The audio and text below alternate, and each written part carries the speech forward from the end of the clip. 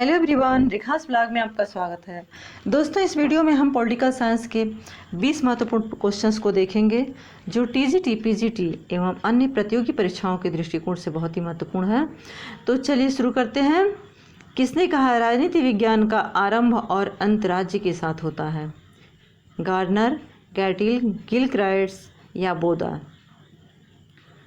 तो राजनीति विज्ञान का आरंभ और अंत राज्य के साथ होता है, ये कहने वाले हैं गार्डनर महोदय। नेक्स्ट क्वेश्चन देखते हैं। राजनीति शब्द की उत्पत्ति पोलिश से हुई है। यह पोलिश शब्द किस भाषा का है? पोलिश शब्द लिया गया है ग्रीक भाषा से। Option C. थर्ड क्वेश्चन देखते हैं। पब्लिक ओपिनियन नामक पुस्तक के लेखक। पब्लिक ओपिनियन नामक पुस्तक के लेखक कौन हैं? तो इसके लेखक हैं वॉल्टर लिपमैन।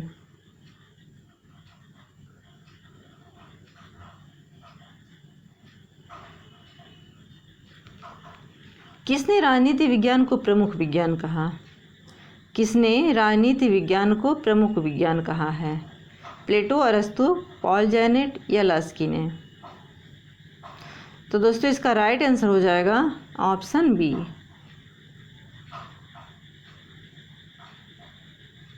अगला प्रश्न है। यूनेस्को ने राजनीति विज्ञान का क्षेत्र कब निर्धारित किया? 1948 ईस्वी में, 1949 में, 1950 में या 1951 ईस्वी में?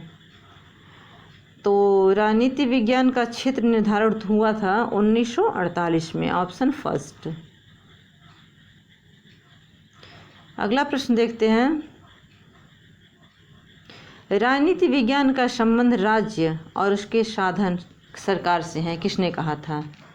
राजनीति विज्ञान का संबंध राज्य तथा उसके साधन सरकार से हैं, यह कहने वाले हैं डीमॉक महोदय।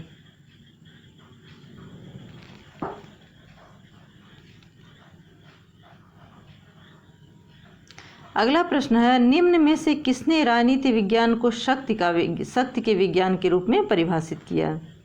राजनीति विज्ञान शक्ति का विज्ञान है, यह मानने वाले कौन हैं? वेंटले, लिकार्क, कैटलिन या लास्की?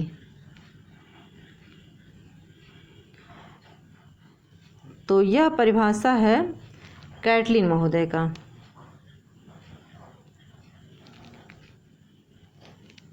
अगला प्रश्न है। किस विचारक का संबंध राजनीति पतन शब्द के साथ है? किस विचारक का संबंध राजनीतिक पतन शब्द के साथ है? तो यह इसका राइट आंसर हो जाएगा पॉवेल। Option D. अगला प्रश्न है। 9वां। ग्रामर ऑफ पॉलिटिक्स के लेखक। ग्रामर ऑफ पॉलिटिक्स के लेखक कौन है? Lord Bryce, Herman Finer, Austin या हेरोल्ड लास्की? तो बताइए आप लोग, इसका राइट आंसर क्या होगा? दोस्तों, इसका राइट आंसर हो जाएगा हेरोल्ड लास्की। Option D.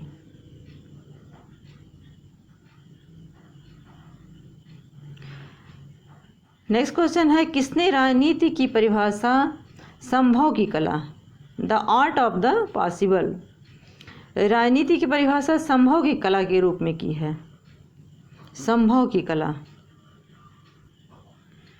तो राजनीति की परिभाषा संभव की कला के रूप में बिस्मार्क ने दिया था। Option B.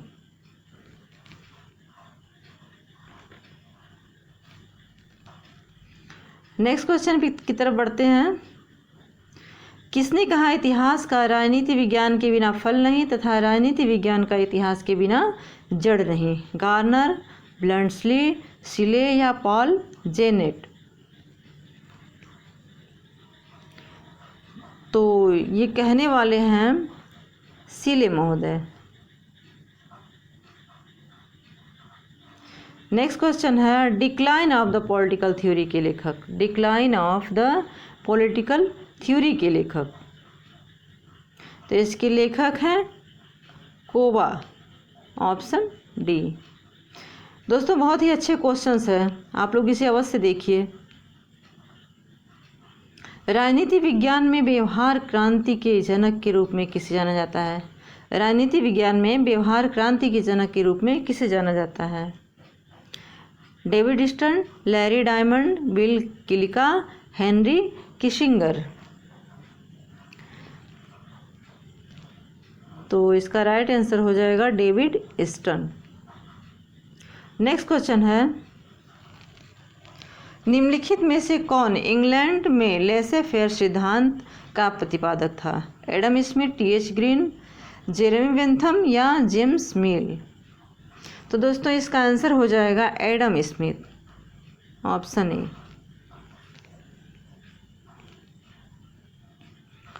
नेक्स्ट क्वेश्चन की तरफ बढ़ते हैं। राज्य शब्द का प्रयोग सर्वप्रथम किसने किया? राज्य शब्द का प्रयोग सर्वप्रथम प्रयोग करने वाला कौन था? प्लेटो, अरस्तु, गार्नर या मैकियावेली। तो राज्य शब्द का सर्वप्रथम प्रयोग करने वाला जो विद्वान था वो है मैकियावेली।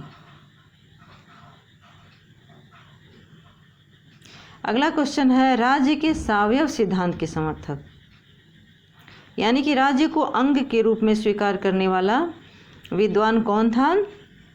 मार्क या और एंजल्स, हाफ्सलाक, रूसो, ग्रामसी या ब्लंसली हर्बर्ट स्पेंसर। तो दोस्तों इसका राइट आंसर हो जाएगा ब्लंसली और हर्बर्ट स्पेंसर, सावयव सिद्धांत के समर्थक ये दोनों ही विद्वान हैं। 17वां प्रश्न है, राज्य स्वयं में एक साध्य है। यहाँ माध्य मिसप्रिंट हुआ है, साध्य होना चाहिए। राज्य स्वयं में एक साध्य है, यह विचार किसने व्यक्त किया था? समाजवादियों ने, मार्क्सवादियों ने, फेवियनों ने या आदर्शवादियों ने। तो इसका राइट आंसर हो जाएगा आदर्शवादियों ने। आदर्शवादियों का मानना है कि राज्य स्वयं में एक साध्य है, व्यक्ति साधन है लेकिन राज्य स्वयं में एक साध्य है। नेक्स्ट क्वेश्चन देखते हैं। 18वां प्रश्न, निम्नलिखित में से किस एक शब्द का प्रयोग हाब्स द्वारा राज्य को इंगित करने के लिए किया गया है? किस एक शब्द का प्रयोग किया गया है राज्य को इंगित करने के लिए? कॉमनवेल्थ, रिपब्लिक, कम्युनिटी या स्टेटो। तो हाब्स ने राज्य को इंगित करने के लिए जो शब्द यूज किया था वो है कॉमनवेल्थ, कॉमनवेल्थ शब्द। नेक्स्ट क्वेश्चन है, निम्नलिखित में कौन कल्याणकारी राज्य का समर्थक था? लेनिन, बेंथम, जवाहरलाल नेहरू या जे.एस. मिल। तो कल्याणकारी राज्य का समर्थक थे जवाहरलाल नेहरू जी। 20वां प्रश्न और ये अंतिम प्रश्न है, किसने इस बात पर बल दिया कि राज्य सर्वोच्च नैतिकता का प्रतिनिधित्व करता है? बोधा, कांट, हाब्स या बर्क। तो दोस्तों राज्य को सर्वोच्च नैतिकता का प्रतिनिधित्व करता है, इस बात पर बल दिया था कांट महोदय ने, ऑप्शन बी। तो दोस्तों इस वीडियो को देखने और अंत तक बने रहने के लिए आप लोगों का बहुत बहुत धन्यवाद। Have a nice day.